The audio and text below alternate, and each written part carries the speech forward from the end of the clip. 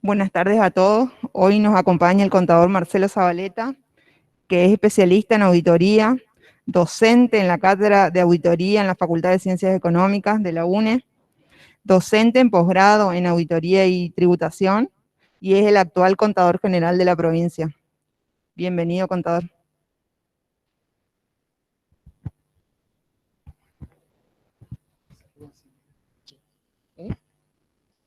Dale. Buenas tardes. Muchas gracias por la invitación.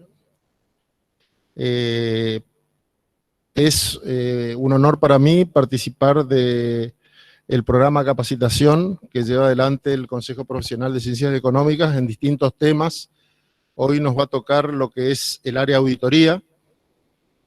A pesar de que yo tengo muchos años en el sector público, desarrollo mi actividad curricular dentro del marco de la formación académica en el área de auditoría de la Facultad de Ciencias Económicas de la UNE, tanto en el área de grado como en el área de posgrado. La idea en esta, yo creo, en este primer encuentro vinculado a lo que es el área de auditoría, es, por un lado, refrescar algunos conocimientos relacionados con lo que es el componente conceptual que nosotros, en el cual nosotros nos basamos como profesionales en ciencias económicas para desarrollar la especialidad de la auditoría. Auditoría es un término amplio,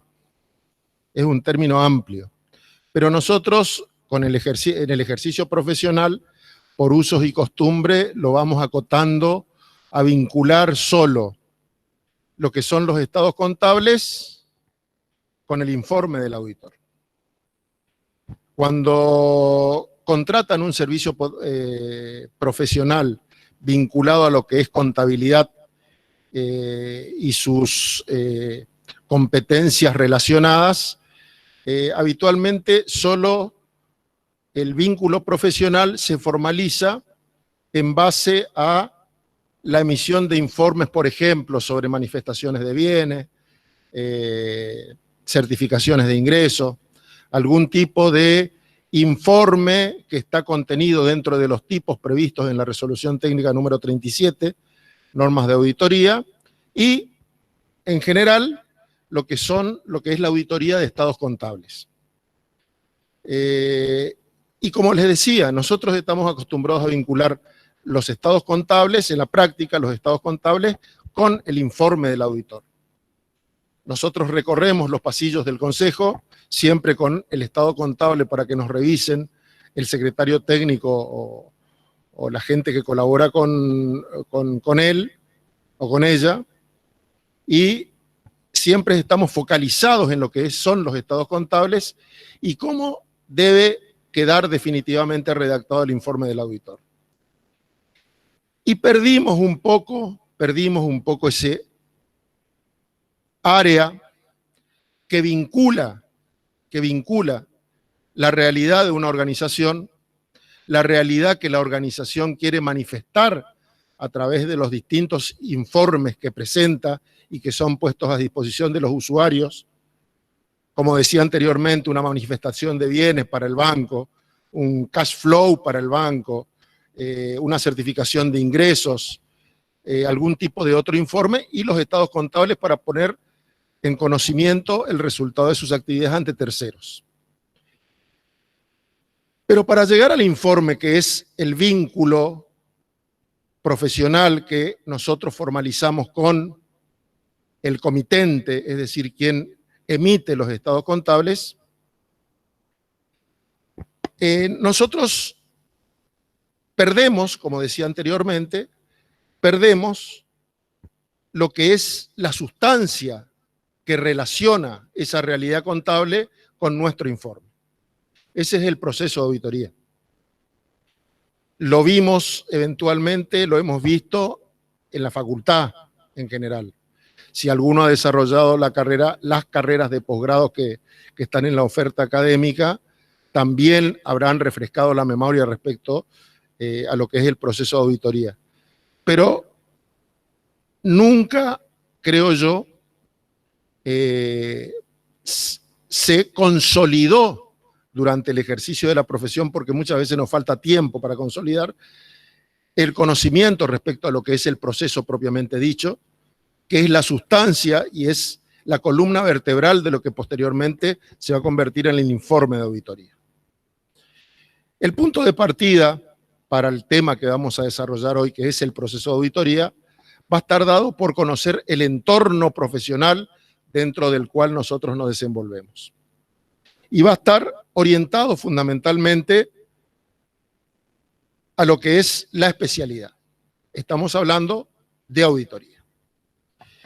Y para refrescar un poco lo que conceptualmente, lo que nosotros entendemos como la definición de la especialidad, podemos ver el concepto que contiene la primera ilustración. Perdón. Ustedes se van a encontrar en la bibliografía, inclusive en la bibliografía y en la propia definición de cada uno de ustedes, valga la repetición del término, con un sinnúmero de conceptualizaciones de lo que es auditoría. Yo elegí una que para mí manifiesta la naturaleza de la especialidad.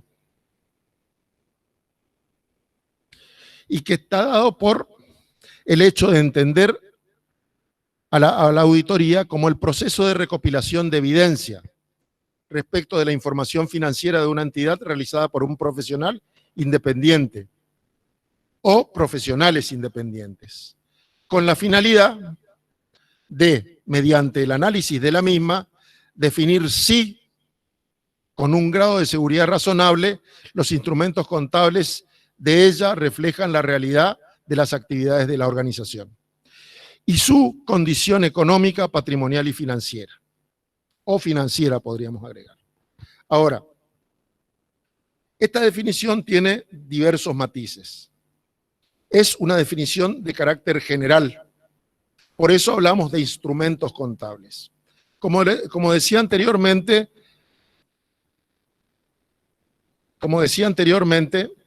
nosotros tenemos un conjunto de instrumentos contables que un poquito más adelante vamos a analizar. Esta definición nos permite visualizar qué representa la auditoría dentro del marco en el cual se desarrolla la especialidad. La auditoría es la que vincula la realidad económica de una organización con el objeto que se audita. ¿Cuál es el objeto que se audita?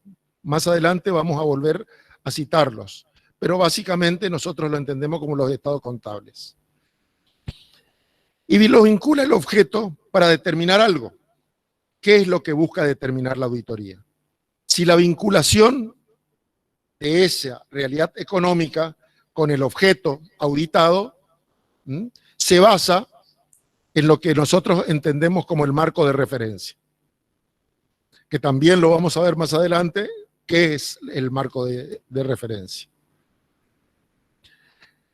No obstante ello, existe un conjunto de condiciones que, en general y habitualmente, debe reunir el profesional en ciencias económicas para poder ejecutar en la realidad esa vinculación, es decir, ejercer la especialidad de la auditoría. No cualquier profesional en ciencias económicas lo puede realizar. Necesita una suerte de piso de capacitación que lo permita determinar con claridad o definir con claridad cuál es la vinculación entre lo que nosotros mencionamos recientemente, la realidad económica de un ente y el objeto a través de la definición del marco de referencia. Para lo cual debe reunir determinadas características. Como por ejemplo, en la auditoría específicamente debe reunir un conjunto de condiciones profesionales. Eso está establecido en las normas de auditoría, obviamente, en la resolución técnica número 37. Y eso lo venimos viendo desde que allá, hace muchos años en mi caso, hace pocos años en el suyo, habrán cursado la carrera de grado. Y tienen que ver, esas condiciones tienen que ver con que el auditor debe ser independiente. Es decir, las condiciones son independencia, integridad, objetividad, competencia profesional y debido cuidado, confidencialidad, conducta profesional y realizar la tarea sobre la base de normas técnicas. Y acá nos vamos a detener un poquito. ¿Por qué el auditor o la auditoría o los profesionales que desarrollan la auditoría de estados contables deben reunir esta serie de condiciones independientemente o más allá de su título profesional? Por el hecho de que la auditoría representa dentro de la actividad económica en general una suerte de institución. ¿Qué es esa institución? Esa institución representa la garantía para el usuario de la información financiera de que los estados contables o la información contable que emite una organización está correctamente elaborada, es creíble, es confiable, está expuesta dentro de un marco lo suficientemente adecuado a las normas legales vigentes, tanto normas legales como normas profesionales. Eso es lo que representa la auditoría, por lo cual quien ejecuta la tarea tiene que revestir este tipo de condiciones. No cualquiera lo puede hacer.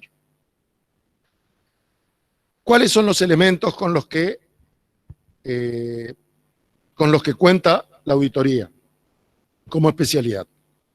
Básicamente el entorno, es decir, el ambiente económico o el escenario económico dentro del cual la organización, tanto la organización o la entidad o la empresa, como ustedes la quieran denominar, como los profesionales que desarrollan la especialidad, justamente desarrollan una actividad determinada. Los responsables de la gestión del ente, que en definitiva son los responsables de la información financiera. ¿Cuál es el objeto de auditoría? Habitualmente nosotros focalizamos el objeto a lo que son los estados contables porque de esa manera lo aprendemos. De esa manera lo aprendemos. Orientando la evolución de nuestro conocimiento a lo que es básicamente la auditoría de estados contables. No sin antes aclarar de que la especialidad de la auditoría se ejecuta en relación a variables objetos.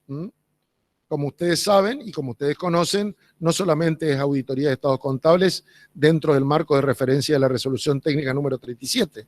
Tenemos auditoría interna, auditoría operacional, auditoría gubernamental, auditoría ambiental, un conjunto de competencias que forman parte de lo que es la especialidad de la auditoría. Los responsables de la auditoría, quien ejecuta el trabajo. Y, volviendo a lo que es la ilustración que vimos anteriormente, el marco de referencia. El marco de referencia que es el instrumento en base al cual el auditor debe demostrar que concurren la realidad con lo que es el objeto que manifiesta la realidad del ente. Y ahora sí, para conocer en forma detallada los distintos trabajos que son susceptibles de la intervención de los profesionales que ejercen la especialidad, la resolución técnica número 37 hace una enumeración o hace un detalle de los distintos tipos de encargos. ¿Qué son los encargos? Son los trabajos, justamente se denominan encargos por el hecho de que es un trabajo que encomienda un tercero a un profesional para que dicho profesional ejerza su especialidad sobre el objeto que ese comitente, por decirlo, o cliente, como ustedes le quieran llamar, le proporciona, brindándole la confiabilidad, la verosimilitud que él busca para que los usuarios puedan reconocer que la información financiera es fiable.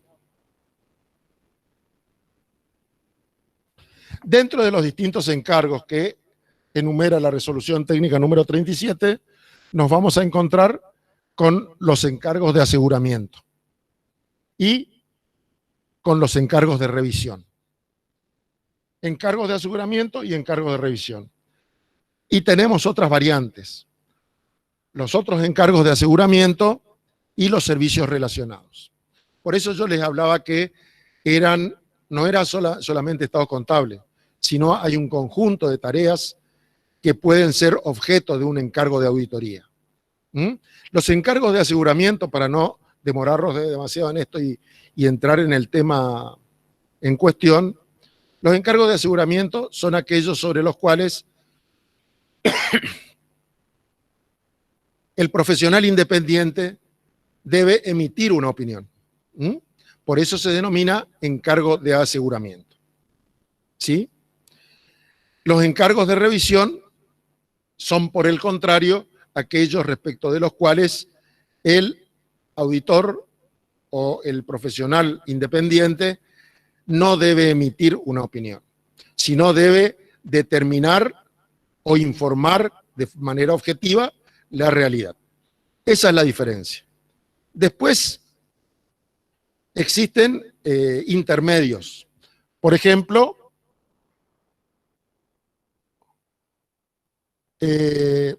dentro de los encargos de otros encargos de aseguramiento, tenemos información contable, o sea, información contable prospectiva e informes sobre los sistemas de control de las empresas de servicio. Donde la opinión del auditor no tiene el mismo alcance que en el caso de los encargos de aseguramiento tradicionales. Los encargos de aseguramiento tradicionales operan sobre los estados contables. Estos encargos de aseguramiento tienen el objeto de brindar ¿qué? De advertirle, no de opinar respecto al funcionamiento, sino de advertirle eventualmente cuáles son las consistencias y las inconsistencias de la información que se está auditando. Y no puede ser un encargo de aseguramiento. ¿Por qué no puede ser un encargo de aseguramiento? ¿Por qué no reúne las características de un encargo de aseguramiento? Porque seguramente un profesional independiente no puede emitir una opinión sobre información contable prospectiva, porque es una información contable estimada, son los presupuestos, ¿sí? O sea que no hay certeza respecto a que esa información se va a configurar en la realidad.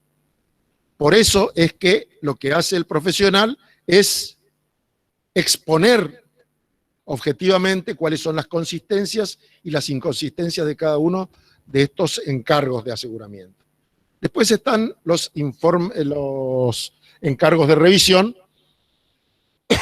como los estados contables de periodos intermedios, donde el auditor tradicionalmente emite una opinión de seguridad negativa, se le llama, pero no es un encargo de aseguramiento.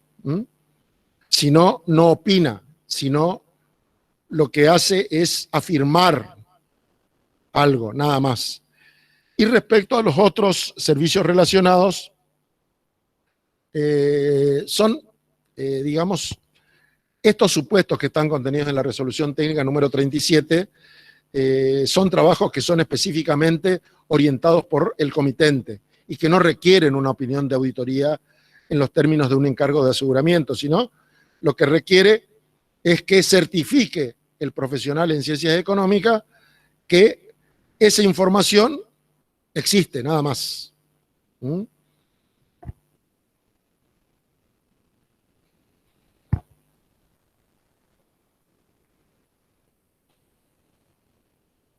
Y como les decía, la auditoría, ¿qué es lo que hace?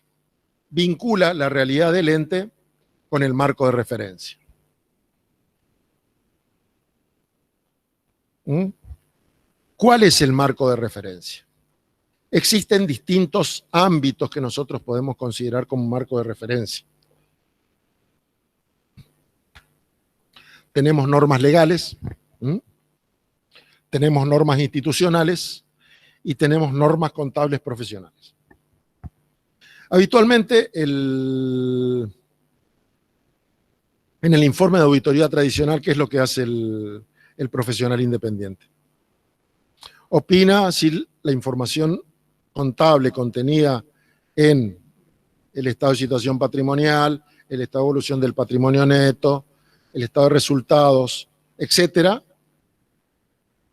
ha sido preparado de acuerdo a lo que establecen ¿qué? Las normas contables profesionales, ¿sí? Pero existen otros marcos de referencia que requieren entes que desarrollan su actividad dentro de un campo específico.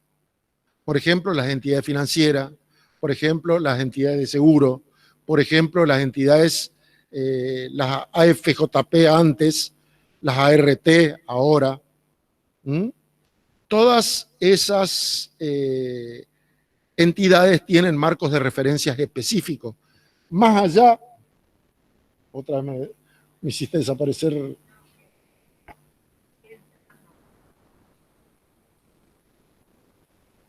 Más allá de las normas contables profesionales, ¿sí? Más allá de las normas contables profesionales.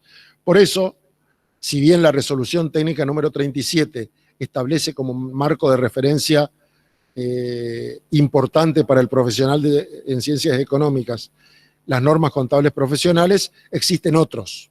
Y así también clasifica a los distintos encargos de aseguramiento que enumera, muchos de los cuales están en base a las normas contables profesionales y otro en función de un marco de referencia de cumplimiento. Cuando hablamos de marco de referencia de cumplimiento, estamos hablando del cumplimiento de normas determinadas, que no son las normas contables profesionales. Que no son las normas contables profesionales.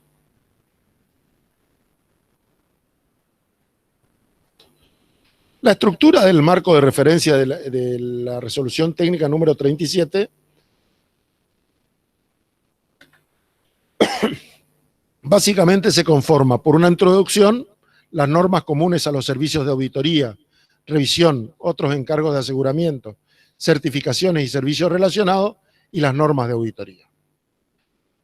Normas de revisión de estados contables de periodos intermedios, normas de otros encargos de aseguramiento, normas sobre certificaciones y normas sobre servicios relacionados. Hasta acá es el escenario dentro del cual nosotros, como profesionales en ciencias económicas, desarrollamos nuestra actividad de auditores. O sea, conocemos el escenario total. Ahora, metiéndonos conceptualmente en lo que es específicamente de qué manera se ejecuta la tarea de auditoría, es que vamos a orientarnos a lo que es el proceso. El proceso de vincular la realidad económica con la información contenida en los estados contables en base a un determinado marco de referencia. Es decir, cumplir el rol que surge de la ejecución de la especialidad, de la auditoría.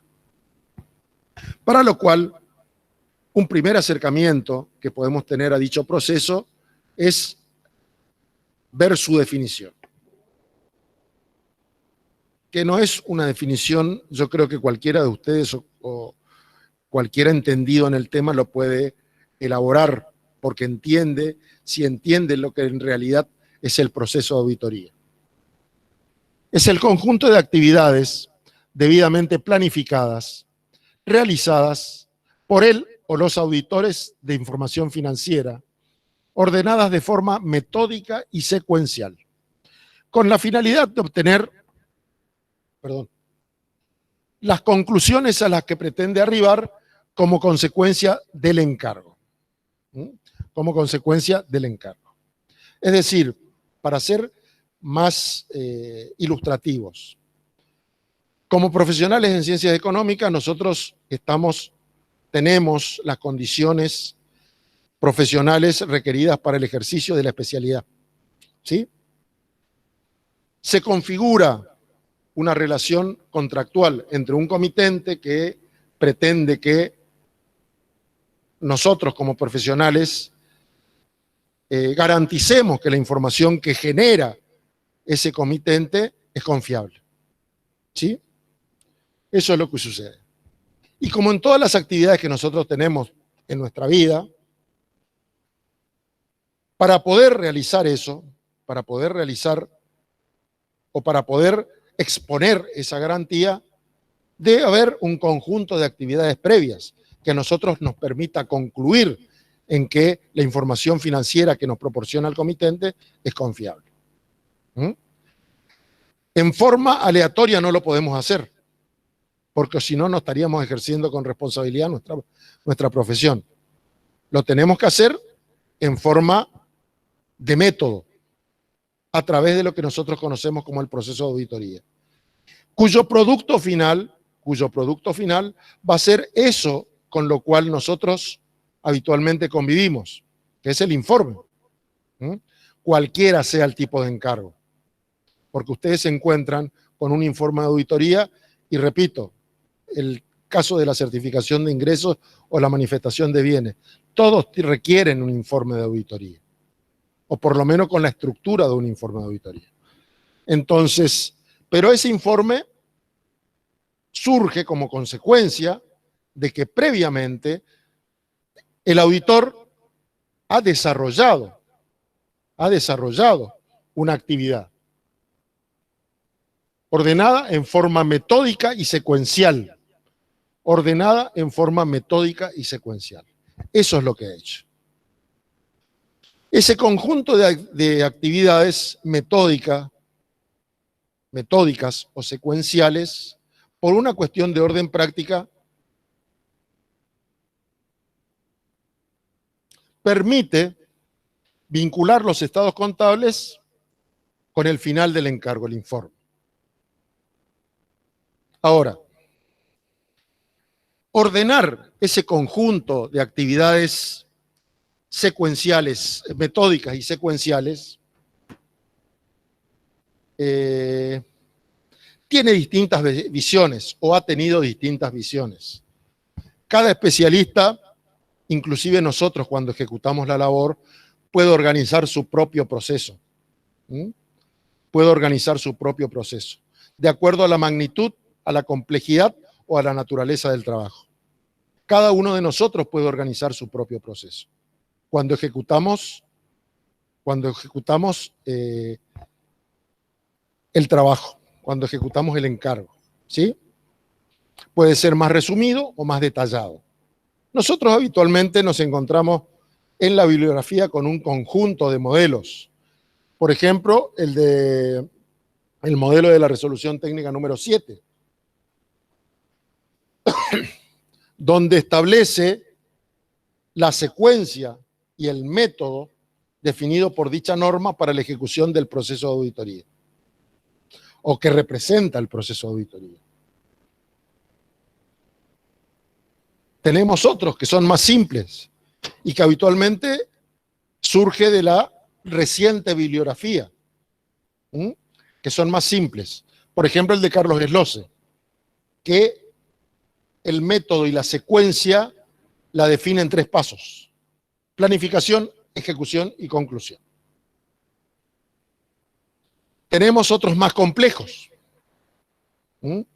como el de Antonio Juan Latuca, en sus distintas publicaciones, Tenemos algunos que son más simples.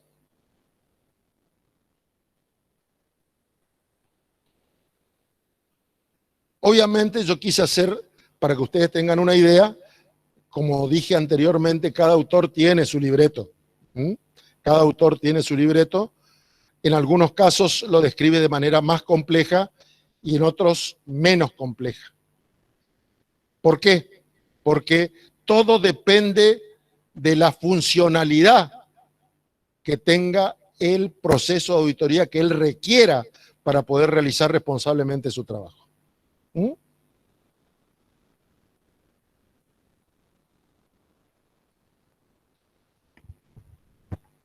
Yo formalicé mi propio modelo.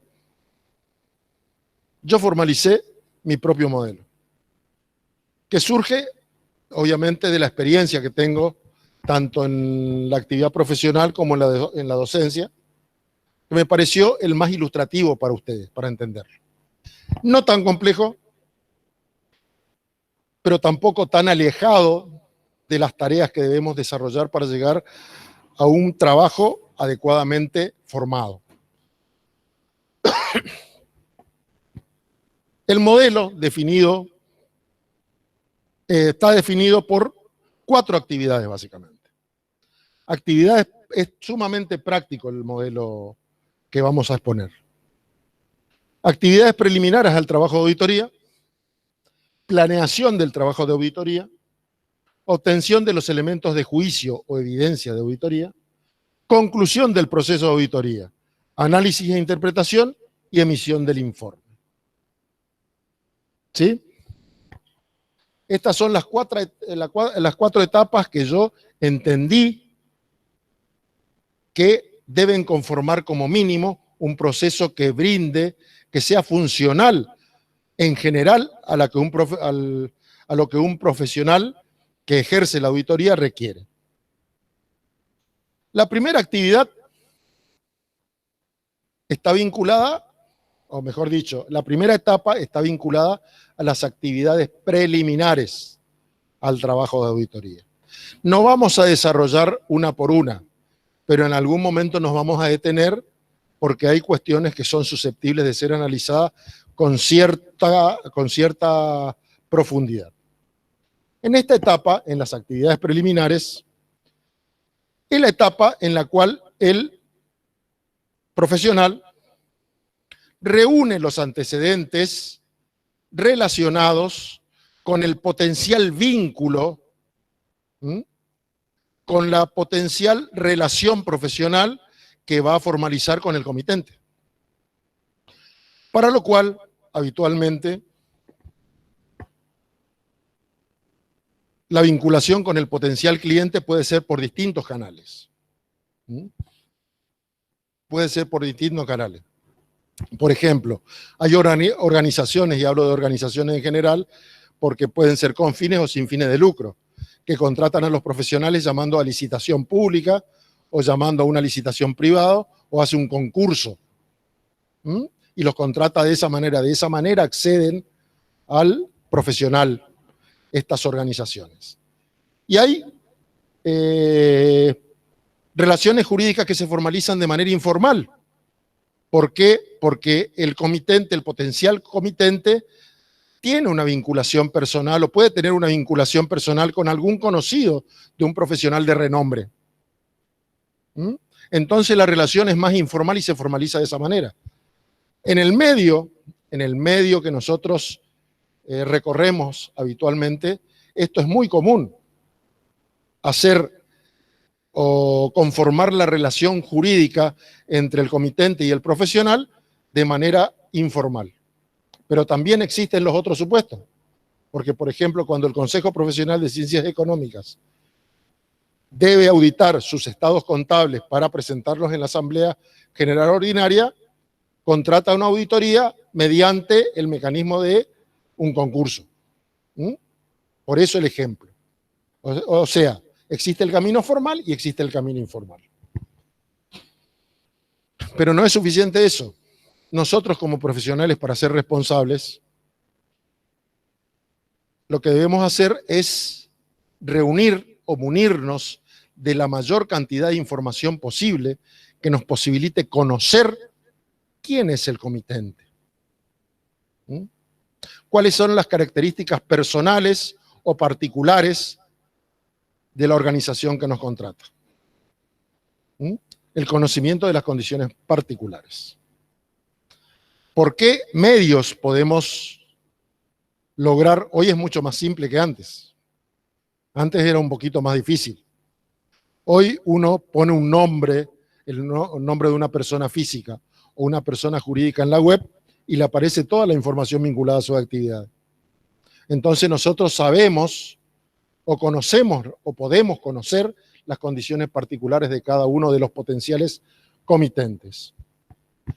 Conocimiento del negocio potencial del cliente o comitente. Ya no en las condiciones particulares, sino qué es lo que debemos conocer. ¿Mm? El negocio, la naturaleza de la actividad. ¿Y por qué esto? Porque habitualmente nosotros no somos especialistas en auditoría de entidades comerciales, industriales, de servicios o sin fines de lucro. ¿Mm? Nosotros conocemos auditoría en general, por lo cual debemos, como auditores, inmiscuirnos un poco en la información relacionada con la naturaleza de las actividades del cliente. ¿Sí? También hoy es mucho más fácil acceder a información vinculada con las actividades del potencial cliente, justamente porque tenemos canal de información que antes no existía. ¿Mm? Antes se accedía por decirles, había centros de informaciones comerciales, había publicaciones específicas de cada una de las actividades, pero era de muy difícil acceso. Hoy tenemos internet que nos permite acceder prácticamente a todo, o sea que es mucho más sencillo acceder a este tipo de información. El conocimiento del mercado en el cual se desenvuelve, que el mercado no tiene nada que ver con la naturaleza de la actividad. ¿Mm? El mercado no tiene nada que ver con la naturaleza de la actividad. Por ejemplo, ¿qué incluye el conocimiento del mercado? Conocer la competencia, conocer los canales de distribución, conocer los potenciales accesos a financiamiento, y toda esa información, ¿para qué la requerimos? ¿Para qué requerimos esa información? ¿Qué les parece? ¿Para qué la requerimos? La sumatoria de todos los tipos de información que nosotros estamos buscando respecto al potencial comitente. Para la evaluación de los riesgos inherentes, ¿cuáles son las condiciones del entorno que pueden afectar el trabajo de auditoría? ¿Sí? ¿Cuáles son las condiciones del entorno que pueden afectar el trabajo de auditoría? Eso es importantísimo. ¿Por qué? Porque nosotros podemos emitir eventualmente un informe sin considerar aspectos relacionados con el mercado o con las condiciones particulares del cliente, y resulta que la realidad nos indica que ocurre un suceso en el medio y contra quienes van a accionar los usuarios eventualmente afectados. Primero contra el cliente, pero atrás venimos nosotros, porque somos los garantes de la información que él utiliza como medio de cambio para acceder a distintos beneficios, por decirlo de alguna manera. Porque los estados contables sirven, ¿para qué sirven? Sirven para acceder a financiamiento por parte de los proveedores, sirven para acceder a financiamiento por parte del sistema financiero, sirven para acceder a mejoras en las condiciones laborales de los empleados. O sea, la información financiera, y por otra parte sirve para exponer adecuadamente su situación financiera y patrimonial ante el fisco. Y eso tenemos que garantizar nosotros. Si nosotros no tenemos en cuenta esto y no podemos determinar con cierto grado de seguridad los riesgos inherentes y estamos en problemas. Estamos en problemas, porque puede suceder algo que al final de la cola nos afecta. Y el ambiente de control. ¿Cuál es el ambiente de control? Es la orientación que tiene el cliente a que exista dentro de su organización un sistema de control interno confiable, que a él le permita tener adecuadamente definidos los procesos administrativos, de manera tal de que sea sumamente difícil exponer información contable distorsionada. Que los mismos sistemas de control de la organización de la cual él es uno o el propietario genere información financiera no confiable. Por eso el ambiente de control. Si respetan los comitentes lo que es la existencia de un sistema de control interno sólido, para nosotros es una tranquilidad como auditores. Ahora, si no lo hacen, repito, estamos en problemas. Estamos en problemas. Porque seguramente la información financiera no va a ser confiable. Va a estar revestida de un conjunto de distorsiones que a nosotros no nos va a permitir garantizar la confiabilidad para la cual a nosotros se nos contrata. Y bueno, una vez conocido esto, definición de las condiciones de la carta de compromiso o contrato de auditoría. Contrato de auditoría en la realidad, hoy por hoy, difícilmente, la relación jurídica habitualmente se formaliza sin instrumento determinado, a no ser que el auditor sea sumamente puntilloso desde el punto de vista de que en algún instrumento estén definidos los derechos y obligaciones de la relación entre comitente y profesional, que definen también los alcances de los alcances del trabajo de cada uno, tanto del profesional en ciencias económicas como de aquel que es el emisor de los estados contables. Y bueno, con el contrato, la configuración de la relación jurídico-profesional con el cliente o comitente. Estas, en resumen, son lo que nosotros conocemos como actividades preliminares al trabajo de auditoría. ¿Sí? Que no son muy complejas. Pero si ustedes logran, en cierta medida, no en un 100%, reunir la información vinculada a estos aspectos, van a tener, por decirlo de alguna manera, la espalda como para poder ejercer, para poder desarrollar el trabajo con relativa tranquilidad. Pero esto no es nada más que una aproximación. En base a esto, el auditor pasa al siguiente paso, pasa a la siguiente etapa, que calculo yo que es la más importante en todo tipo de actividad profesional. No solamente en todo tipo de actividad profesional, sino también en todo tipo de actividad personal, que es la planeación del trabajo. Es decir, de qué manera vamos a ejecutar como profesionales la actividad para la cual fuimos contratados. Para la cual fuimos contratados.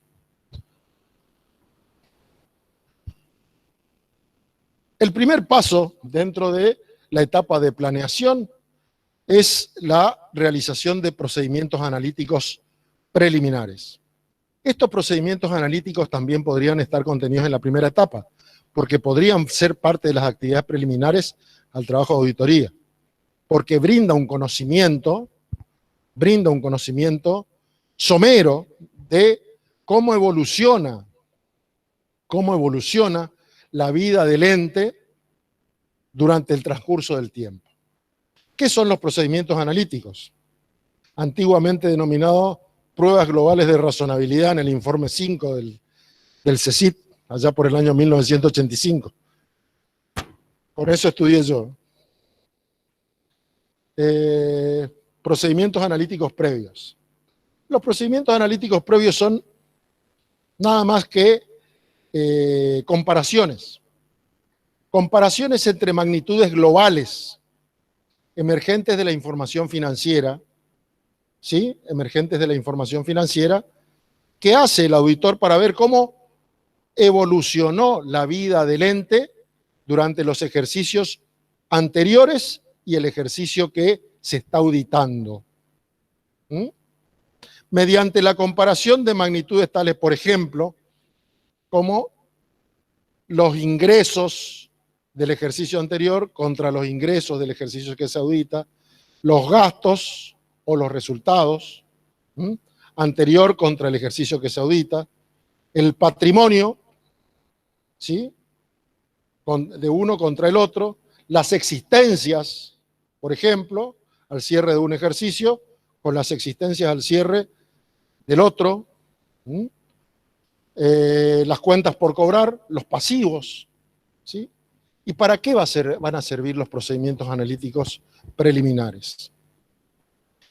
La realidad indica que si hay cierto margen de estabilidad dentro de una actividad económica, que no es el caso de hoy, pero está basada en esa premisa, la presunción, que si hay cierto margen de estabilidad, no debería haber distorsiones significativas entre un ejercicio y otro. Y si hay distorsiones significativas, seguramente el comitente nos va a informar de esas distorsiones significativas cuando estemos averiguando respecto a cómo funciona el sistema de control, el ambiente de control. ¿Sí? Nos va a decir, mirá que pasó tal cosa. No te olvides que, por ejemplo, en una empresa agrícola, no te olvides de la sequía del año anterior. El año anterior tuvimos resultados mucho menores de lo que potencialmente podamos tener ahora. Por lo cual, pueden existir, pero el auditor puede acceder a... Pero si el auditor no se encuentra con esa explicación y existen distorsiones significativas, ¿qué es lo que debe hacer? Abrir los ojos, nada más. Para eso sirven los procedimientos analíticos preliminares, porque posteriormente los procedimientos analíticos es una prueba sustantiva que se va a aplicar durante todo el trabajo,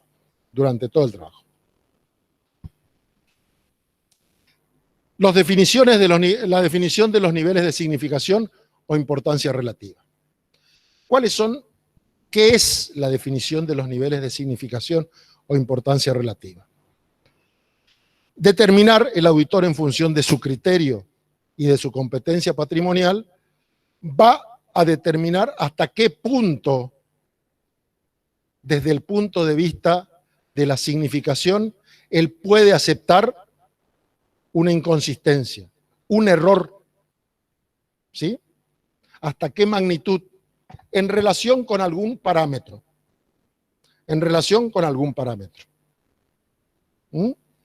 Por ejemplo, el activo corriente, por ejemplo, el pasivo corriente en el caso de las obligaciones, por ejemplo, el activo total, por ejemplo, el pasivo total, o por ejemplo, los resultados. ¿Qué quiere decir esto? Al definir el nivel de significación, ¿qué va a aceptar la auditoría? Que hasta cierto nivel, hasta cierto porcentaje de esas magnitudes totales, se va a aceptar un error, sin hacer ninguna observación o sin que esto implique una salvedad de hecho, allá cuando lleguemos al informe. ¿Se dan cuenta? Ese es el nivel de significación. Por ejemplo, si yo tengo un activo total de determinada magnitud, la auditoría va a aceptar un error, por ejemplo, en la determinación de las amortizaciones acumuladas de las amortizaciones del ejercicio de un porcentaje sobre los bienes de usos totales.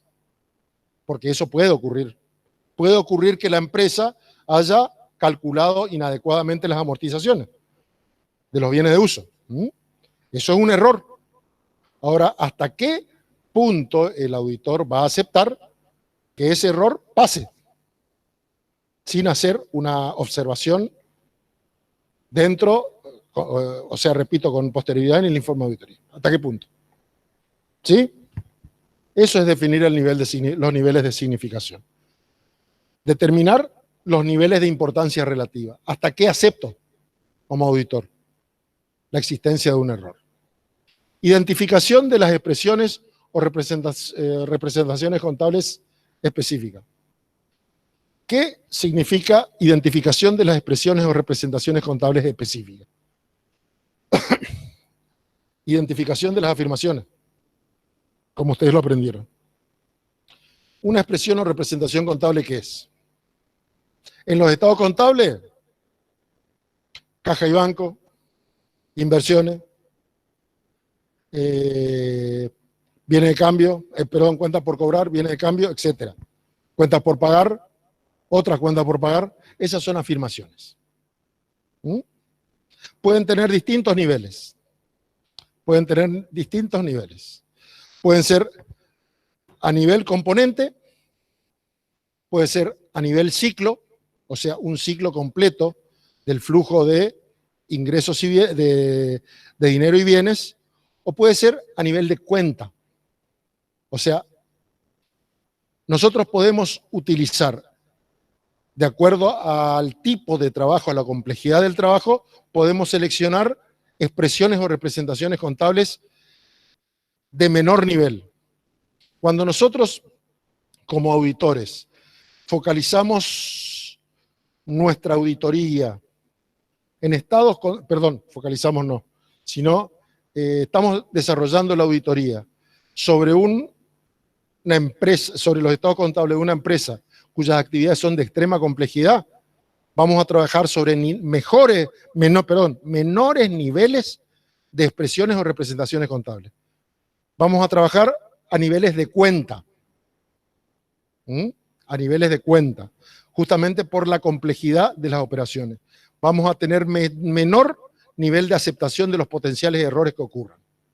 ¿Sí? Ahora, si estamos en unos estados contables cuyas actividades son bastante simples, sencillas, entonces directamente la identificación de las afirmaciones van a estar orientadas ¿a qué? A los niveles de componente. Por ejemplo, caja y bancos. No caja y bancos, sino caja y bancos. ¿Se dan cuenta? Bueno, la evaluación de los riesgos inherentes a nivel de expresión o representación contable y estimación del riesgo aceptable. Esto es algo en lo cual, digamos, la especialidad presta bastante atención. Bastante atención porque nos va a definir la cantidad de evidencia o elementos de juicio, como le quieran llamar, que necesita el auditor para validar la información que contienen los estados contables. Cuando mayor riesgo evalúa el auditor que existe mayor riesgo inherente, va a necesitar ¿qué nivel de evidencia? Mayor nivel de evidencia. O sea, es directamente proporcional. Cuando menor riesgo existe, menor cantidad de evidencia. ¿Sí? Menor cantidad de evidencia. ¿Cuál es el riesgo inherente? ¿Ustedes se acuerdan cuál es el riesgo inherente? El riesgo inherente es el que tiene que ver con el entorno en el cual desarrolla su actividad la organización.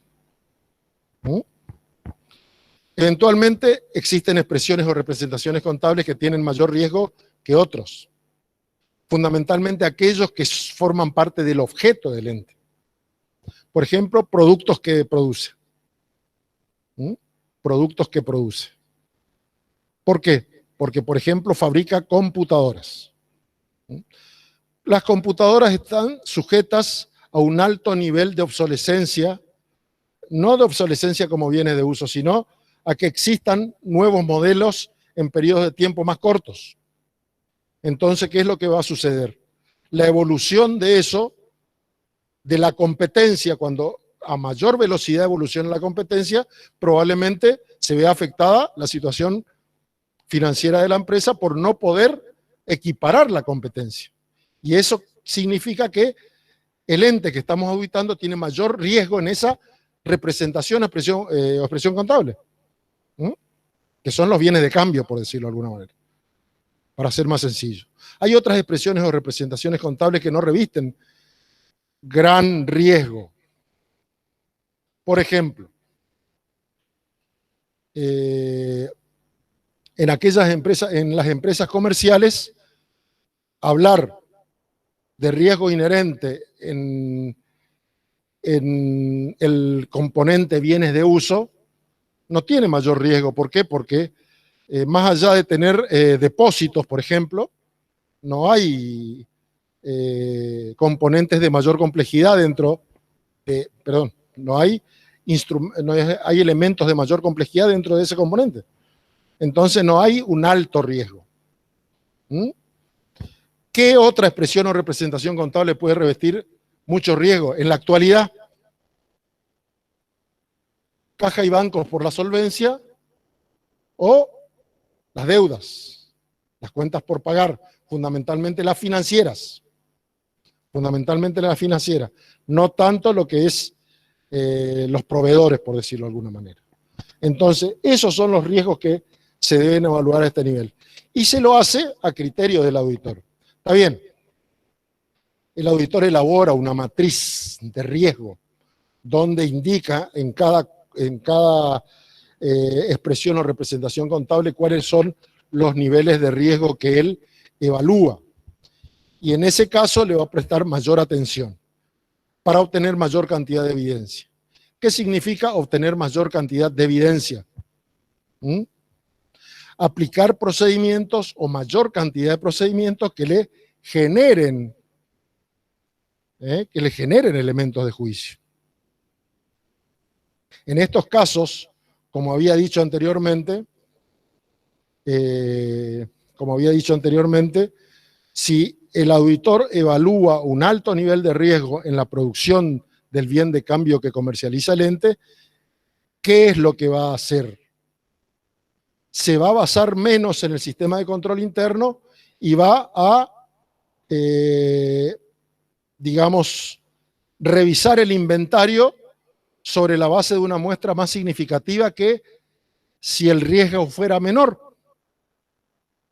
Ahí se basaría en el sistema de control interno y el inventario se realizaría sobre una proporción mucho menos significativa que si el riesgo fuera mayor. Y estimación del riesgo aceptable. Esto tiene que ver justamente con el hecho de que,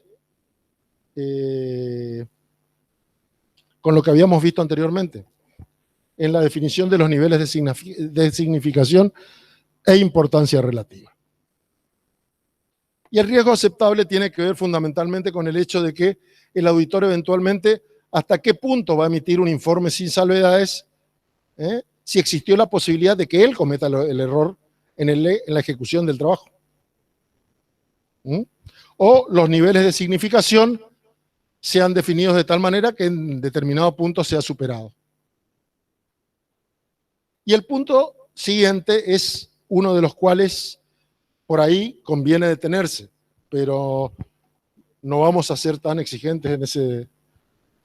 Es la comprensión y evaluación del sistema de control interno. ¿Por qué es importante la evaluación del sistema de control interno? ¿Ustedes saben lo que es el sistema de control interno? ¿Están seguros que saben?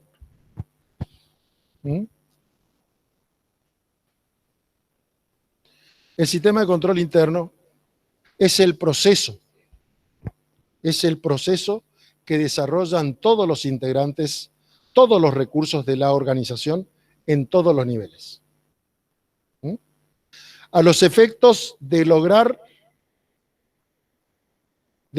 un grado de seguridad razonable en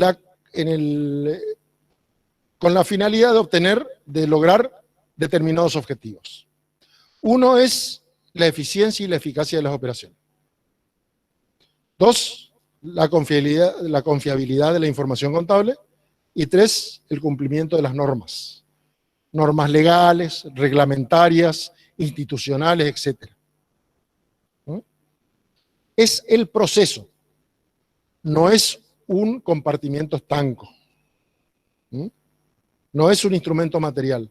Es la actividad que desarrolla cada recurso humano en cualquiera de los niveles de un ente. Ese es el sistema de control interno. Cuando nosotros, como auditores, tomamos como base el sistema de control interno, ¿qué es lo que nos va a permitir una adecuada evaluación del sistema de control interno? ¿Cómo logramos obtener información respecto al sistema de control interno? Ese es el punto de partida. La información respecto al sistema de control interno es sencillo de acceder a ese tipo de datos. ¿Por qué? Porque está contenido en los estatutos, está contenido en los organigramas, está contenida, en los manuales de misiones y funciones, están contenidos en los manuales de procedimiento. En todos esos instrumentos está contenido lo que debe desarrollar el sistema, el proceso que debe desarrollar el sistema de control interno. ¿Qué es lo que debemos hacer nosotros? Si eso se cumple. Determinar si eso se cumple. ¿Sí? Ese es el proceso de evaluación.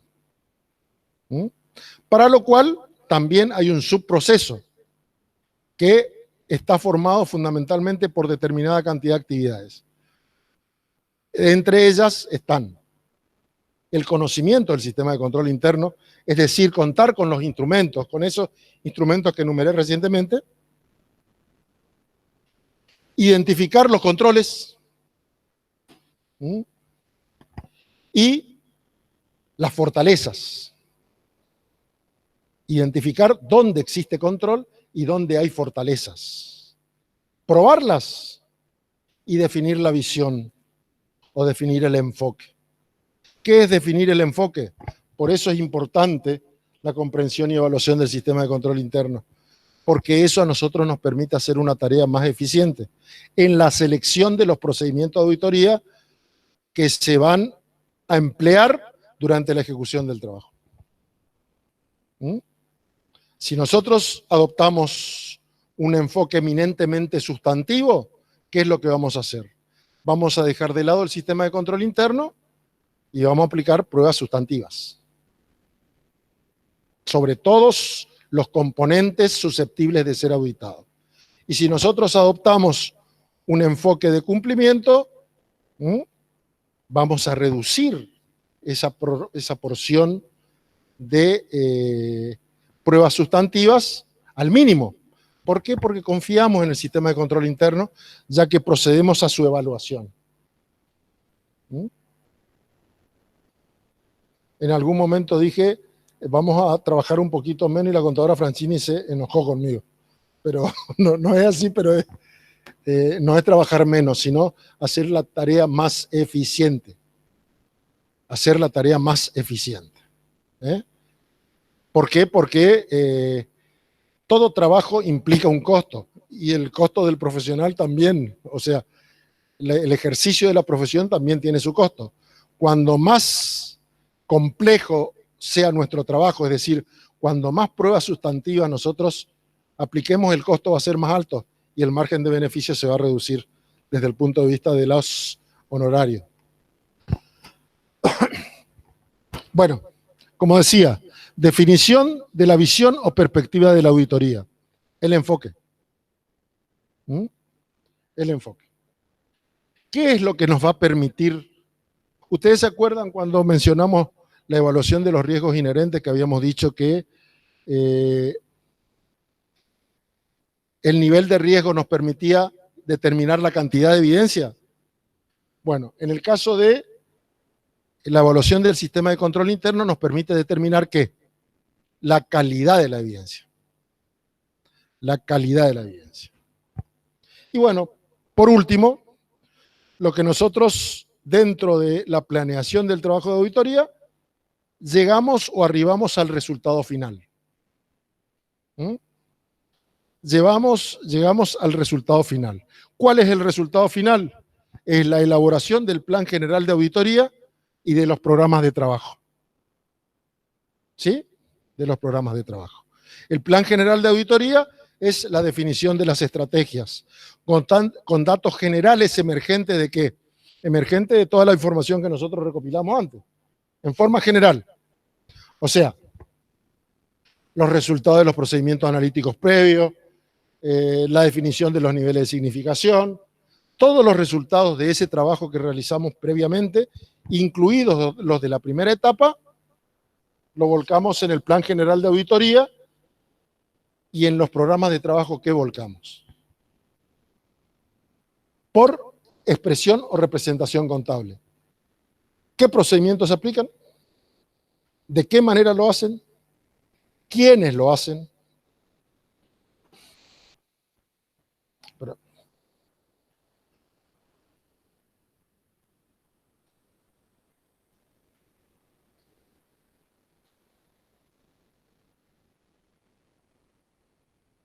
Acá están los enfoques.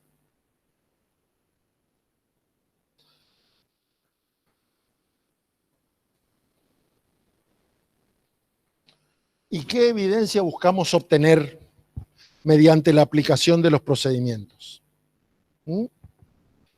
¿Qué son los procedimientos? Es la manera en la cual se aplican las pruebas de auditoría.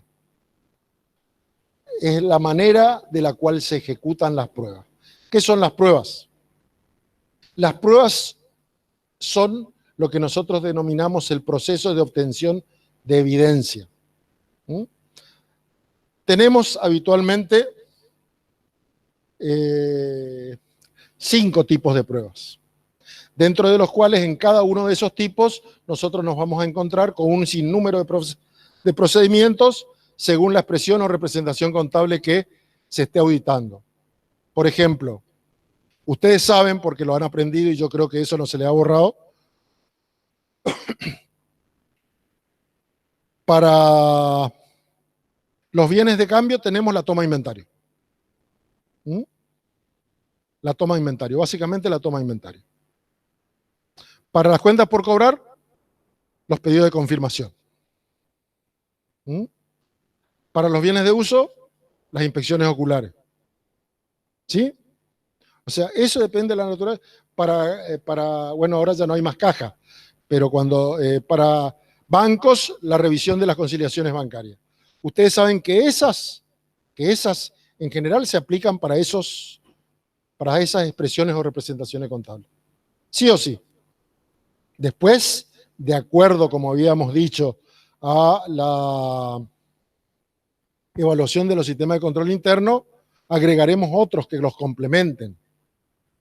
Pero en definitiva, esos van a ser los más relevantes.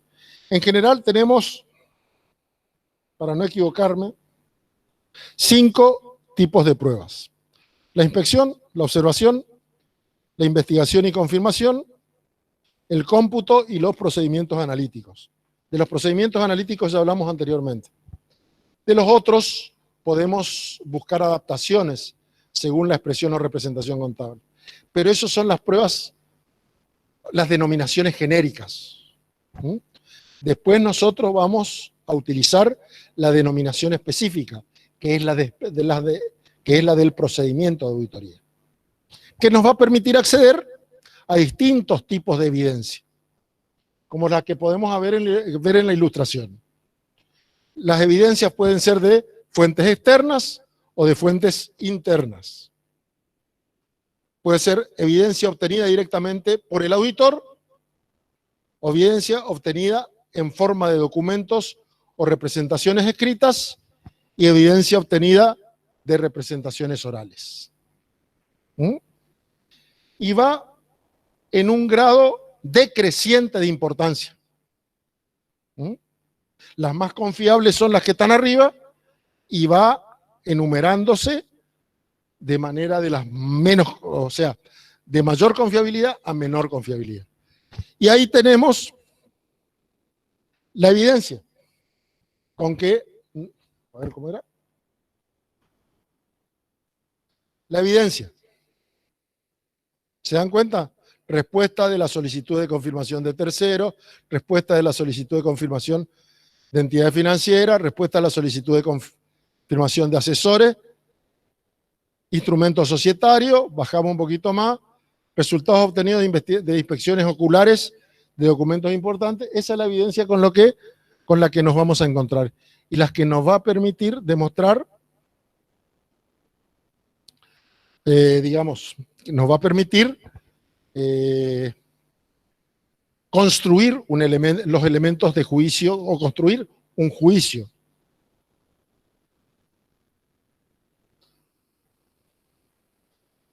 Construir un juicio.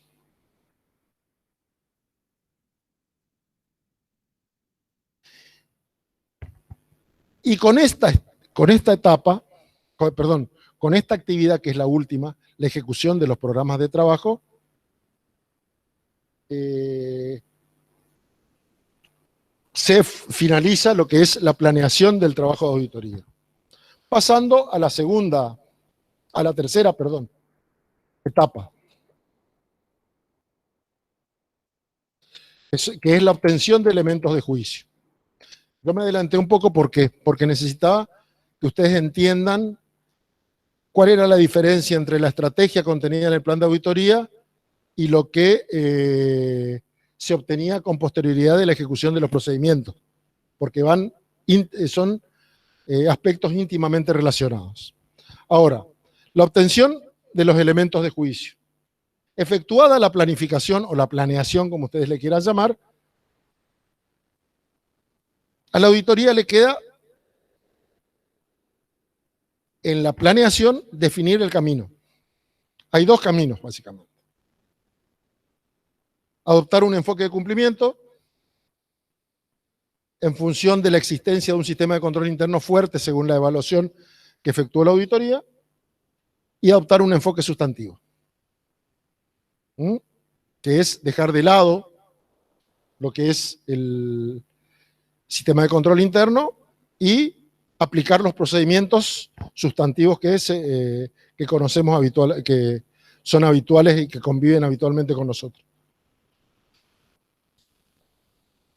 Una vez elegido el camino, se aplican los procedimientos. Repito, ya más o menos avanzamos con eso cuando estuve explicando el tema de las evidencias. La aplicación de los procedimientos, esas cinco pruebas discriminadas en distintos tipos de procedimientos, nos va a permitir acceder a lo que es la evidencia que nosotros necesitamos para poder construir, como había dicho anteriormente, un juicio sobre la información que contienen los estados contables. Esta es la etapa de obtención de elementos de juicio, evidencia de auditoría, que básicamente es la ejecución de lo planificado.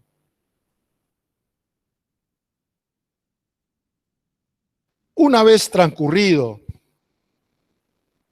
la etapa de la ejecución, como había dicho anteriormente, entramos en la etapa de la conclusión del proceso de auditoría, análisis e interpretación y emisión del informe.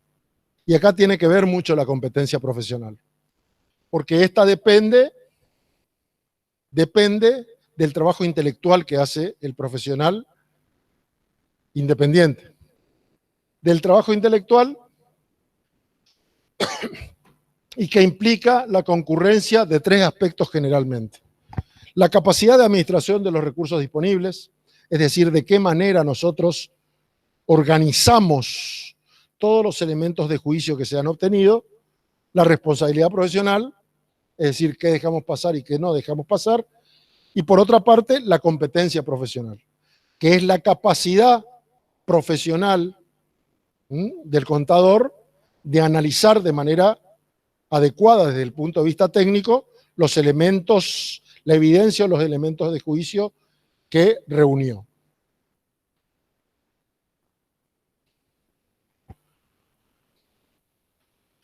La primera subetapa dentro de estas es la conclusión del proceso de auditoría. ¿Por qué? Porque el proceso de obtención de elementos de juicio o evidencia no termina definitivamente, sino que nos faltan, como auditores, faltan algunos aspectos a considerar, que no está contenida en la información contable tradicional, sino que puede afectar los saldos finales de los estados contables, pero que no están a simple vista visibles dentro de la información que nosotros analizamos y las pruebas que obtuvimos respecto, o la evidencia que obtuvimos respecto de ellas. ¿Qué es lo que nos queda? La revisión de los eventos contingentes, la revisión de los acontecimientos posteriores al cierre, los procedimientos analíticos finales y la revisión de la documentación de la auditoría. Y acá hay que detenerse. ¿Por qué hay que detenerse? ¿Por qué esto no lo revisamos en la etapa anterior? Porque esto no existe la certeza de que realmente pueda ocurrir, sino que la auditoría desarrolla un conjunto de actividades para ver si eventualmente existe información emergente de la existencia de este tipo de situación. Nosotros no sabemos si existen contingencias. ¿Qué es una contingencia? Es un hecho respecto del cual su perfeccionamiento, no hay certeza de su perfeccionamiento. Un hecho que reviste incertidumbre.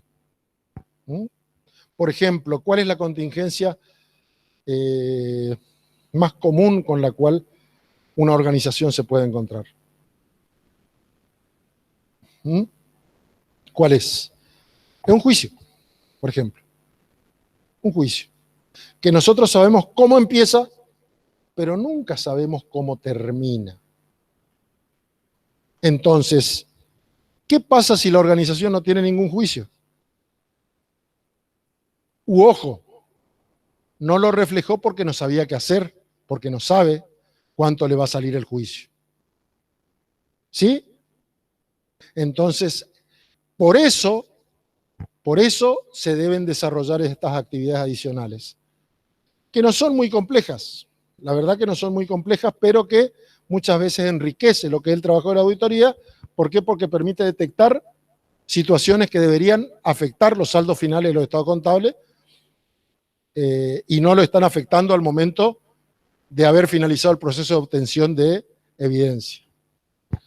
¿Cómo se accede a información referida a esto? Básicamente, recurriendo a los libros de actas, por ahí alguna confirmación con los asesores legales, una confirmación con los asesores legales, la revisión de facturas de servicios profesionales, esos son procedimientos tradicionales que se realizan. La revisión de los libros de actas que se hace al final cuando se finaliza el proceso de obtención de evidencia, y de ahí surge tanto los eventos contingentes como la revisión de acontecimientos posteriores al cierre. ¿Y por qué un evento contingente podría o no afectar a los estados contables? Porque muchas veces, por ejemplo, un juicio laboral, se inicia el juicio laboral, el empleado reclama tantos pesos, pero no se tiene la certeza desde el punto de vista cuantitativo qué va a suceder con eso. Si va a ser el costo que reclama el correcto al finalizar el ejercicio o no, o va a ser más. Entonces no existe certeza. ¿Qué pasa con los hechos contingentes o con los eventos contingentes? Puede figurar en los estados contables como puede figurar en notas. Si nosotros como auditores vemos que existen en notas la expresión de la existencia de hechos contingentes, le creemos a la organización y verificamos nada más que esté adecuadamente expuesto. ¿Por qué? Porque que esté en notas quiere decir que es un hecho probable, pero no es cuantificable. Ahora, si nosotros determinamos que cuando revisamos los antecedentes de ese evento contingente nos damos cuenta de que el hecho es cuantificable, tiene que reflejarse en los estados financieros. ¿De qué manera tiene que reflejarse en los estados financieros? A través de una previsión. Básicamente es eso. Obviamente acá estamos viendo auditoría, así que no nos vamos a poner a discutir contabilidad. La revisión de los acontecimientos posteriores al cierre. Fundamentalmente, esto se ve revisando, como había dicho anteriormente, de la aplicación de los mismos procedimientos vinculados a los eventos contingentes, revisando actas, revisando actas de asamblea o actas de directorio o del consejo de administración, el que fuere. También se puede, mediante el mismo mecanismo de confirmación de los asesores legales, etcétera, obtener evidencia respecto a la revisión de los acontecimientos posteriores al cierre, vinculado fundamentalmente a un paso que vamos a tener más adelante, que es la evaluación del concepto de empresa en marcha. Que eso, este año 2000, afectó sustancialmente a los estados contables vinculados al ejercicio 2019. Por eso la famosa mención en los informes de auditoría al componente COVID, digamos, en el informe. O en la nota COVID para las notas de los estados contables. Eso es sustancial porque realmente eso afectó mucho y son eventos que afectan el principio de empresa en marcha. Bueno, los procedimientos analíticos finales, que son ya con las cifras eventualmente cerradas, una vez que la auditoría le trasladó los ajustes que requiera a la organización para que efectúe, para que los materialice dentro de los registros, que son las mismas comparaciones, pero ya teniendo en cuenta que se cuentan con cifras finales. Y por último, la revisión de la documentación de la auditoría. A ver si se nos escapó algo cuando analizamos todos los documentos elaborados por la auditoría. Los documentos elaborados por la auditoría incluyen la copia de las actas que obtuvimos, la copia de los estatutos que obtuvimos, la copia de los manuales que obtuvimos, la copia de los papeles de trabajo, por ejemplo, de los pedidos de confirmación, por ejemplo, la revisión de las conciliaciones bancarias, las famosas hojas sumarias donde estaban el impacto contable que debería trasladarse a la organización. ¿Sí? Eso también. Esos son los documentos con los que cuenta la auditoría. A ver si no se escapó algo, nos olvidamos de lograr que los efectos de lo que se nos escapó puedan reflejarse en los estados financieros.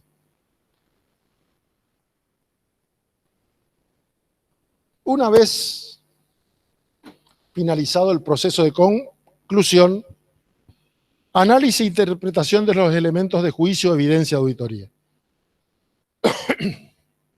Bueno, tenemos distintas actividades.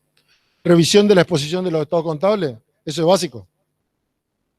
Eso creo que lo hace hasta habitualmente el contador de la empresa que contrata el servicio de auditoría. Carta de representación de la administración. Esta es una discusión que tiene la doctrina respecto a la necesidad de contar con la carta de representación de la gerencia. ¿Cuál es la necesidad? La necesidad o su origen se basa en el hecho de que muchas veces respecto a algunos componentes no se han logrado obtener elementos de juicio. Entonces, la última prueba sustantiva que le queda al auditor para lograr evidencia respecto a ese componente y no determinar una salvedad es pedir la carta de representación de la gerencia o de la administración respecto a ese punto, a ese componente puntual. ¿Mm? O sea, que la administración nos diga que existe, que el protagonista de ese hecho económico es la empresa, que afecta de determinada manera la estructura del patrimonio o los resultados,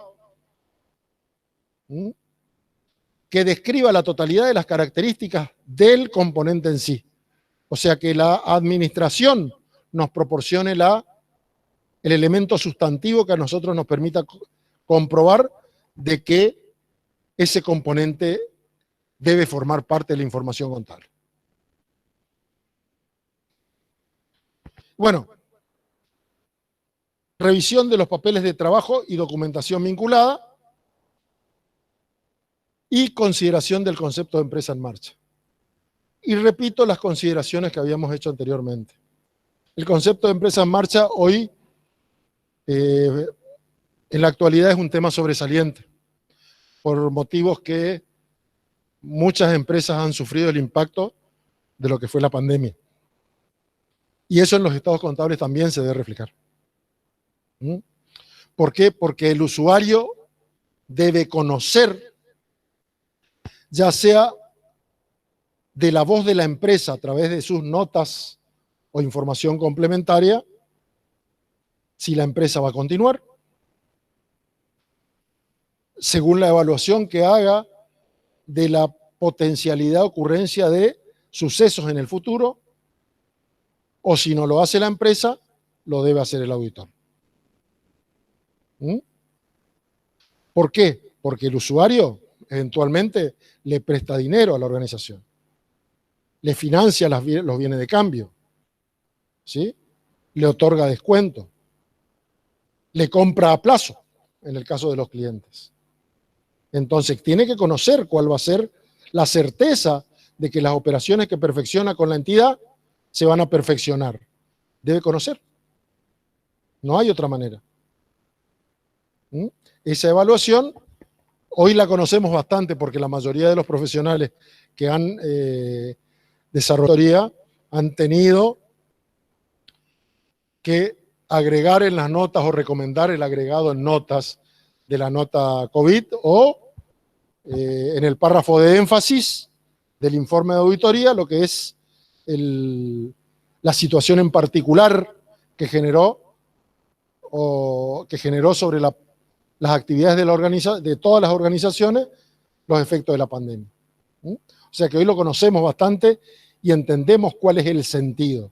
Y el sentido fundamental es que el usuario conozca, repito, si las actividades que perfeccionó con el comitente, con nuestro comitente, se van a poder perfeccionar con el transcurso del tiempo. Y por último, la última actividad de esta cuarta etapa es la emisión del informe. Que no nos vamos a meter mucho en este tema porque hay perspectiva de que lo tratemos en un encuentro posterior. Pero básicamente la emisión del informe es en función de todo el trabajo que se realizó durante las 3 etapas anteriores y las primeras 2 actividades de esta última etapa. El auditor va a tener que decidir, interpretar y decidir de qué manera estructura, de qué manera construye, de qué manera elabora el informe de auditoría. Para lo cual tiene 2 caminos. O emitir una opinión más allá de la estructura formal del informe, que todos conocemos, donde se define los datos del comitente, el objeto, el alcance del trabajo, etc. Más allá de eso, el párrafo de opinión es lo que interesa desde el punto de vista del informe del auditor. Que el auditor diga de que los estados contables han sido elaborados en función del marco de referencia. ¿Sí? Eso es lo importante. Y para eso ha desarrollado todo el trabajo. Para eso ha ejecutado las 4 etapas, porque estamos al final de la 4ª. ¿Sí? Para eso ha ejecutado las 4 etapas. Entonces, tiene 2 caminos. Opinar o abstenerse. Opinar o abstenerse.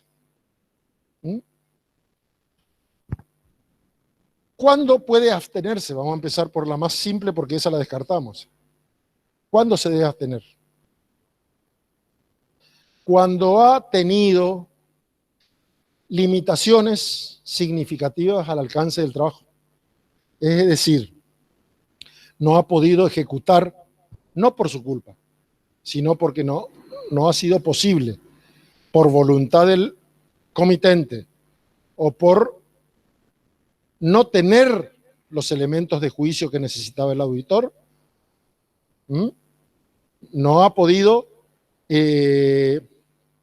digamos, construir una opinión por limitaciones al alcance. O porque,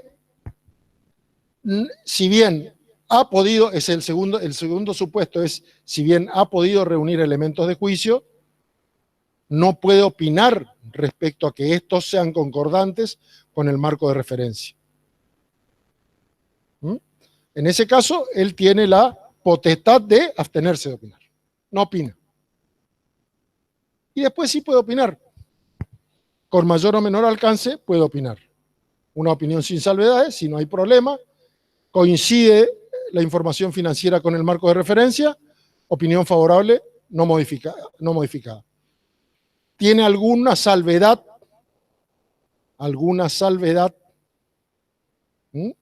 Que puede ser significativa o no, mientras no sea generalizada.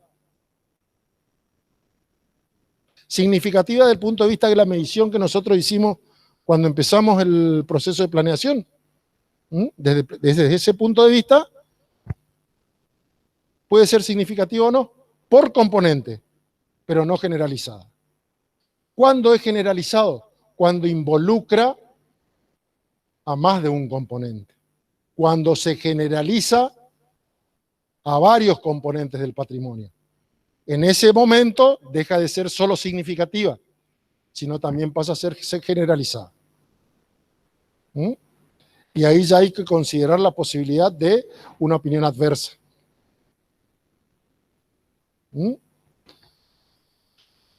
Esas son las alternativas que tiene el auditor. Como, digamos, como paso final o como acto de finalización del proceso de auditoría. Que es importante que, digamos, volviendo un poco a lo que desarrollamos durante la charla, es importante más que nada, desde el punto de vista de las puntualidades que existan, es importante volver a refrescar algunos conocimientos de las distintas actividades que debemos desarrollar como profesionales que ejecutamos este tipo de actividades profesionales. Y fundamentalmente en base a la reflexión de que no solamente estamos desarrollando un trabajo desde el punto de vista del ejercicio de nuestra profesión, sino también estamos convirtiéndonos en lo que fue la esencia de la auditoría. Estamos convirtiéndonos en garante, no del comitente, sino de los usuarios en relación a la información financiera. Es por eso que yo creo que conocer desde el principio hasta el final, y no solo el final, cómo se elabora el informe de auditoría, es interesante desde el punto de vista de que enriquece nuestro proceso de crecimiento, de la capacidad de conocimiento que tenemos en forma permanente. Y con esto creo que llegamos al final, y cualquier duda que tengan, que quieran debatir o que quieran plantear, estoy a su disposición para lo que sea. Así que muchas gracias a los que están presentes y a los que no.